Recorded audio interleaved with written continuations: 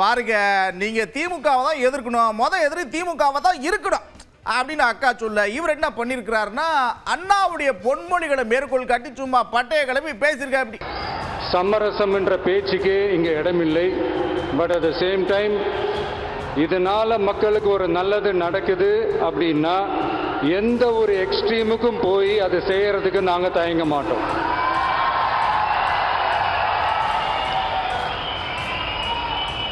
நம்மளுடைய இந்த ஆட்சி அமைஞ்சதும் ஒரு சுத்தமான ஒரு கிளீனான ஒரு கவர்மெண்ட்டாக இருக்கும்.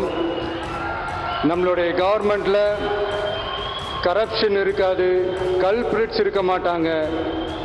அதனால எந்த விதமான ஒரு தயக்கமும் இல்லாமல் தைரியமாக நம்மளுடைய பூத் லெவல் ஏஜென்ட்ஸ் மக்களை போய் அப்ரோச் பண்ணுங்க. நீங்கள் மக்களை அப்ரோச் பண்ணும்போது அறிஞர் அண்ணா அவர்கள் சொன்ன ஒரு விஷயத்தை இங்கே நான் சொல்லணும்னு ஆசைப்படுறேன்.